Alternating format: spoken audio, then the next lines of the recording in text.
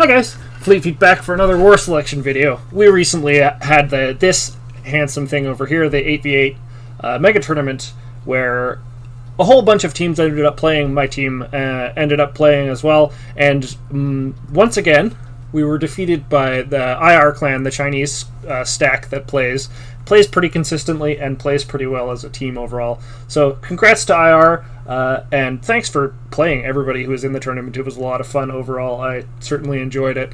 I don't think that I played terribly well in the tournament, honestly. There were a couple of games where I just straight died at 9 minutes. It feels really bad, but hey, it happens. What I wanted to do today for today's video is take a look at the build, or the core of the build, that IR was using for their front line for basically the entire tournament. It was something that consistently every single one of them was doing in some variant on the front lines, and it's interesting to watch how some of these players transitioned. Like, I know for the first couple of games in the tournament, Paradox Kerbin, who's a fantastic player, was almost always backline, so it was funny watching him purely play an economy game, and the game would end at 14 minutes because the rest of his team had won the game before he needed to do anything. But it's interesting to see how even when all of these players are playing this very similar style, very similar core, they end up deviating a lot in how they particularly play it. I'm kind of going to touch on some of that, and I'm going to show you one of my favorite builds and one of my favorite executions of their general strategy in the tournament. It tends to be a little bit greedier than the other executions of it, which is generally what I go for. I go for how can I get the strongest economy that I possibly can while attacking. So we're going to go into this replay shortly. I just wanted to show you or tell you a bit what I'm looking for when I'm heading into this replay. I've watched it a couple of times now just to get some ideas of things to talk about. But yeah, the basic bones of the build that we're going to be looking at is that the IR players will cut worker production at some point, so they will not maintain constant worker production out of their altar. They will stop worker production at some point. This is both to save food, because you have a limited amount of food from berries and other places on the map, and because you simply don't have the population cap, and you won't be getting to Bronze Age to get a population upgrade quick enough to sustain yourself. So the more workers you get, the smaller army population you have, so you cut workers early so that you have more population space for these warriors that you're going to use in aggro. But yeah, with that as the idea, let's step into the replay and take a look at some of, like, pretty much right away, some of the little things that we might be able to learn from. So for this game, I'm going to be following the perspective of, or not the perspective of, I'm just going to be watching the base of IR Tom. I have run into them a couple of times in just random pub games. They're an incredibly strong player, which isn't that surprising. Pretty much everybody on IR is incredibly strong. But yeah, so we can look and we can see right off of the bat, it's very obvious. Grab a number of your woodworkers, send them to go build a hut. Get your hut, or get your altar, or first get your altar queued. He queued up 100 workers immediately, and then rallied it to berries. Then got some workers to go build a hut. Then got one of his woodworkers, actually, to go build his next set of huts. I had been lately grabbing my first worker out of, like, that builds. I would get my first worker that builds and get him to go build huts. We'll keep an eye on that. We'll see if that matters in the future. It might just be a minor optimization thing. It might not matter at all. We'll find out. Also, slightly different than what I've been doing is that, oh, this is fun, is that he sent one of his workers to go build the warehouse here instead of immediately sending all of his food workers to go build it. Again, I don't know if that's a preference difference or if it makes a huge difference overall. I don't think it makes a huge difference, but it's nice to note little things like this and consider for yourself, oh, maybe I need to reconsider how I'm doing my things. In this case, we got a little bit supply blocked. It's whatever. You lose 4 seconds on a worker. It won't matter that much. Like, we'll take a stop at a benchmark and we'll take a look and see if it mattered at all, whether or not he got supply blocked a little bit. We'll take a look at his worker count versus everyone else's. But the warehouse positioning is nice here. It's rubbed up against 3 berries, so you can see these workers just immediately pop. It's also important to note that he actually got 9 workers here. He's currently at 150 food, and he has started the upgrade. I believe he started the upgrade when he had about 180 food. I think that's just late, but it doesn't really matter. He also, even though he's going at early Stone Age timing, has queued up both. You still got just the one worker running around building huts. The way that he's laid himself out is something that I fail to do a lot of the time, and which is part of why I died at 9 minutes in 2 games, is he's laid out his base specifically because he knows that there are potential for like 3 or 4 minute warrior timings, and they're going to want to snipe his altar. So he's got his building set up already to protect his vulnerable point. He saw a scout come through here earlier in the game, so he knows that this place has a hole in it. So he queued up huts to to hole that up again to protect this area. Usually when I'm building huts, I will have built the first 2 of these like this just because they're close, and then I would have started building way out here or something, or across here to protect a temple that I'm eventually going to place here. Tom is already thinking way earlier in the game, and he knows that he needs to protect here in the next 4 minutes and not here at 12 minutes. So it's neat to look at that as a part of base layout. That's something that I need to learn to be better at. It's something that got me killed. Also, what his scout was doing is scouting all of this area around out front here and noticing that, hey, I have some free berries here, so let's build a warehouse and get some free berries. You'll notice, still 9 dudes on food. Still need to get as much of the food off of the map as we can. We want to get all of these berries. That's why we got the berry upgrade. That's why we still have 9 workers here. We want as much food as possible because this, like any warrior-based build, is going to require a lot of food to get going. I missed this, but we started this building at about 3 minutes in the game. We started building it with 2 dudes, and as soon as it finished, we're getting both upgrades. Because we have 9 guys on food, we don't have to worry about not running out of food for production here. We also have 4 and soon more guys collecting fish, so we really don't have to worry about food. We have secured our extra food so that we can afford these upgrades without having to dump an obscene number of dudes on berries and just run out of berries faster. After our stonecutter's done, we're going to start building fight pits. In this case, Tom chooses to build fight pits super far forward. He could build them safely back here, but he's not looking to be safe. It's an aggro build. He's intending to attack, and if we take a quick peek at all the other bases, look, we're building fight pits. I believe back here, fight pits. All of my allies, fight pits. IR knows as a team that they are going to attack early. So in this case, because Tom knows that, he's smartly pushing all of his fight pits forward so that any of the warriors he makes are closer to the enemy and take less time to get there. It's a good choice overall. Also, the first fight pit that finished, I missed seeing it immediately again, but the first fight pit that finished immediately started warrior speed. So you can see now, we're just hitting 5 minutes in the game. We are over halfway done, so in about 20 seconds our bone armor is going to be done. So at 5 minutes and 20 seconds, we're going to have all of the warrior upgrades done. We're going to be sitting on 39 workers. We have stopped our worker production, and interestingly, we got fur shoes. This is one of the things that I noticed when going over these replays, and I went, that makes so much sense, but I've never thought about it before. It's so easy to look at that upgrade. We won't see it in anybody else's. We'll look at that upgrade and go, boy, that's terrible. What it does is it gets your workers to go from 50 down in the screen there, 50 speed to 55. So they get 10% more movement speed, but it takes, I think, 30 seconds to research it, so it's the same amount of time as it takes to build 3 workers. So you don't want that. You would rather have 3 workers than all of your workers be 10% more effective, because that upgrade is going to disappear as soon as you age up. But in this case, where you know you're going to get population capped, you want to save population space for all of your warriors anyways.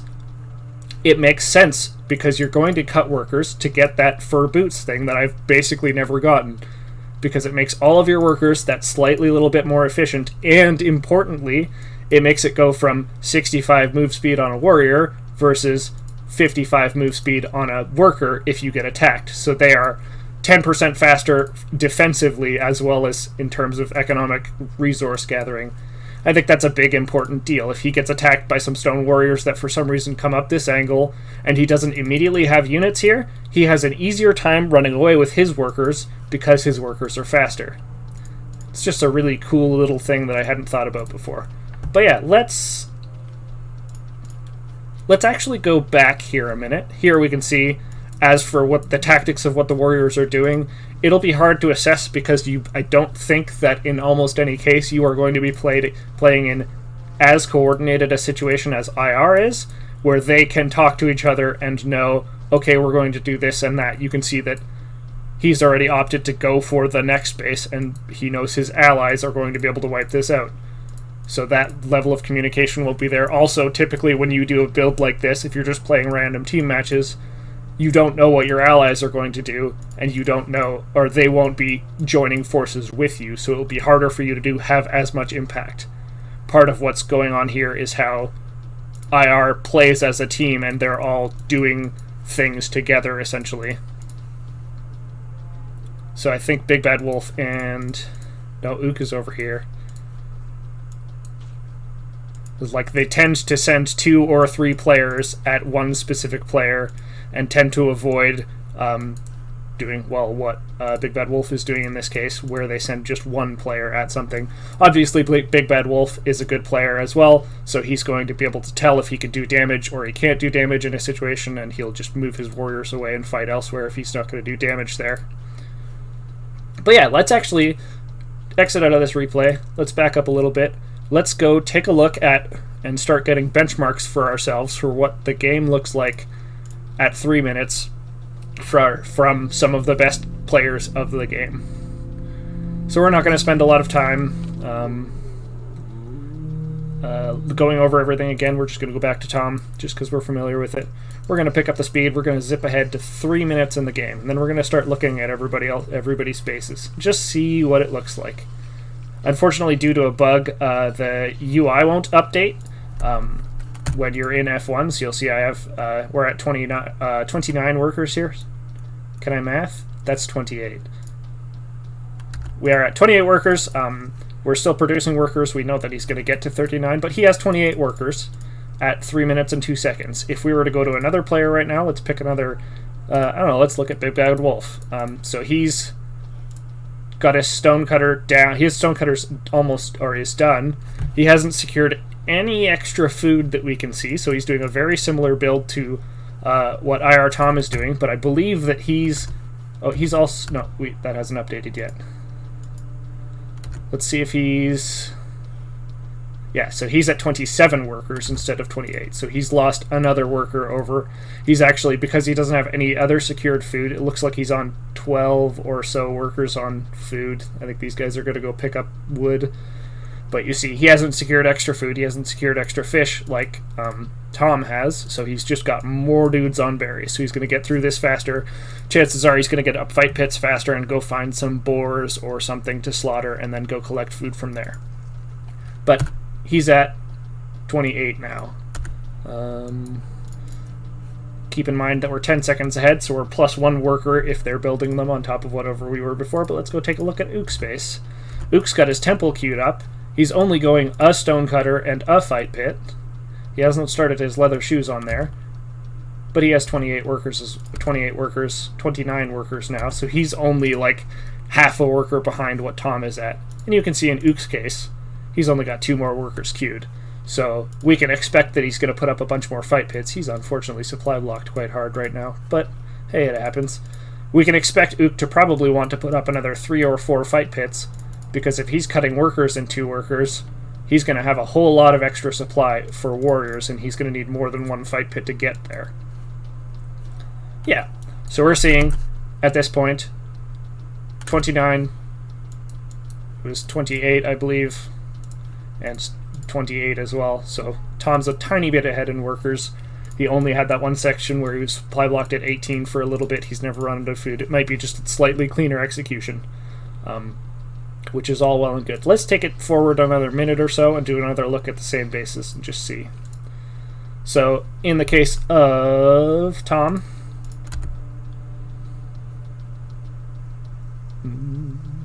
is it? I can never tell if it's updated. There you go, yeah, that makes more sense. 35 workers. In the case of Ook, so there's those extra fight pits we were talking about. It's a bit unfortunate that they're still not up, so he's not going to be able to hit his supply because he's completely cut workers. So there's a bit of optimization that could happen here, but maybe Ook is more familiar with backline or whatever. He also could be getting this right now, but he's at 31 workers, and I think that's actually updated. And he's going to just stay at 31 workers, so he could have 29 warriors if he had the stuff for it. He also hasn't secured any extra food, but it looks like he has 18 people on berries because he hasn't secured any extra food. Once he gets some, this warrior could have killed that deer as it went by, but it didn't. Once he gets 3 or 4 warriors up, he'll probably go hunting, find himself extra food, etc. Take a look at Big Bad Wolf real quick, but we can expect he's probably at around 30-32 workers. Just to check that is updated. It sure has, so he's also at 31 workers. He's got first upgrade almost done here. Second upgrade will finish at just about 5 minutes if he doesn't run out of food. His move speed upgrade is done there. He's also in the same space where he could get the first shoes upgrade, but that's kind of one of the things that I noticed about what Tom does that I think it's so clever, is that this is going to pay for itself in that 10% movement speed for his 35 or 39 workers that he gets to. These other guys stop at 31 workers, so maybe they don't think it's as worth it because they have 7 or 8 less workers on the map. So maybe it's less value for them, and maybe it never pays for itself for them. But I think it's just a little clever thing. Yeah. So we can see from that point, it's more or less the same build. We can zip ahead and just watch Big Bad Wolf as he goes through the rest of his build. And you just watch those supplies, and he gets his temple up a little bit faster because he only built 3 fight pits, so he's got more wood to start this sooner. And he's just rallying off of 3 fight pits. He got to 60 supply. Look how clean this is from Big Bad, where he doesn't have extra warriors queued. He knows that he got his full army out. They're fully upgraded. He doesn't have 70 more warriors queued, so if he for some reason freed up a bunch of supply, it would just start dumping out more warriors and spend his food. He has this controlled where he's only producing 1 warrior.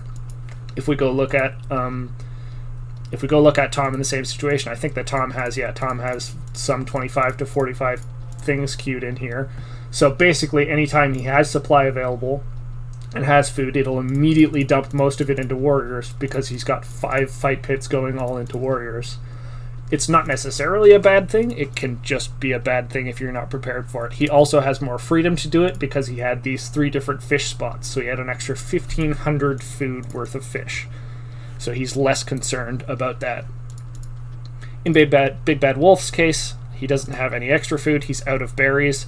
He needs any food that he can get to be able to get a couple of workers up so that he can start transitioning into the Bronze Age once he gets to the Bronze Age. So we can watch that happen from his perspective as well. If I remember correctly, they do it, like all of them do it in a fairly particular way that, again, has been interesting for me to watch and learn. So they'll hit Bronze Age. They will upgrade some small number of workers, like we can go check. I'm pretty sure that Tom was about 20 seconds behind in Bronze because he had those extra fight pits. But we'll watch. He's only got 76 food, so he could upgrade 7 workers at the moment. Hello? Maybe he's being like me and just being slow for no reason. This is actually the time. Oh, we missed it. So he actually just upgraded 3 workers. That's all he upgraded.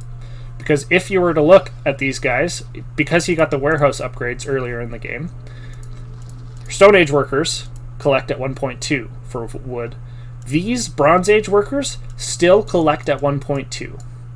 So if you don't upgrade them, they're going to collect just as fast. In the case where you got the 5% faster movement speed, they're just strictly better, or 10% movement speed, 55 move speed as opposed to 50. They're just strictly better at collecting wood than the Bronze Age ones are. As I'm sure that you know, Bronze Age workers are way better at collecting food from the poultry yard, Stone Age are way better from the poultry yard compared to Bronze Age.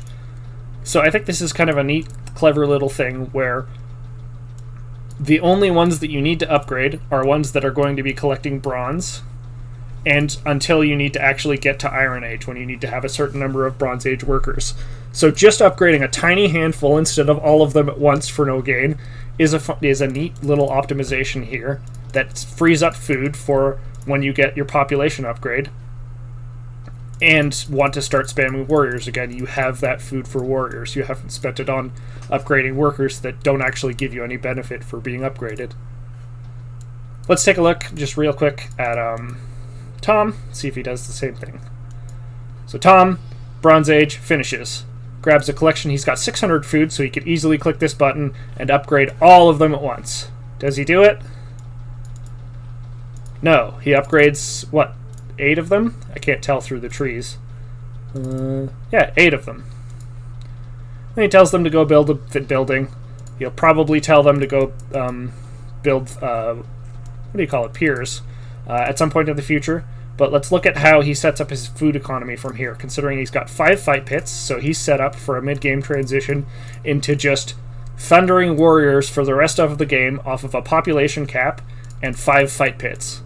You could put a hell of a lot of pressure with this kind of potential food economy and 5 fight pits. You can dump off a lot of aggro, and things that fight well into warriors are generally European units, so the fact that the enemy team has gone a lot of Europe is good for them, but it also looks like there's no way that they're going to get to those timings unperturbed. So even if they were super clean on their timings, they're still going to hit 10-ish minute upgraded Bronze Age spears from Europe, which is what they would need to fight this massive warriors. But there's no way that one player could get up enough, and even if one player did get up enough, warriors are still faster, so the warriors just go, okay, cool, we'll move on, we'll kill somebody else. So this strategy is going to be very effective for creating a lot of space for whatever the heck these backline players are doing. Whatever they're doing, this, having at least one player, if not 2 people, doing this 5 fight pit spam. There's a 4 fight pit spam from QF. It's going to make a ton of pressure on your opponent. It's basically free because you have so much potential economy here. Over here, we can take a quick look. We can see, look, 4 upgraded workers. No other upgraded workers. I don't know if Ook has food. Right now we're looking on Tom, so we can't actually tell if Ook has food or not. But again, just upgraded 4 dudes are building buildings with them. I think that's so clever. And it's just like one of those tiny little things that I blindly would upgrade all my workers, because why wouldn't you? But because of the way they set up their early game, because they got the warehouse upgrades so that these workers are better, and in Tom's case he also got the movement speed upgrades, so they're strictly better, he's choosing not to upgrade all of his dudes even though he could obviously afford it. Here we can see he's got some of his workers that were upgraded, collecting iron for him so he can transition if he needs to. But he's got, oh my god, he's got 24 workers collecting food.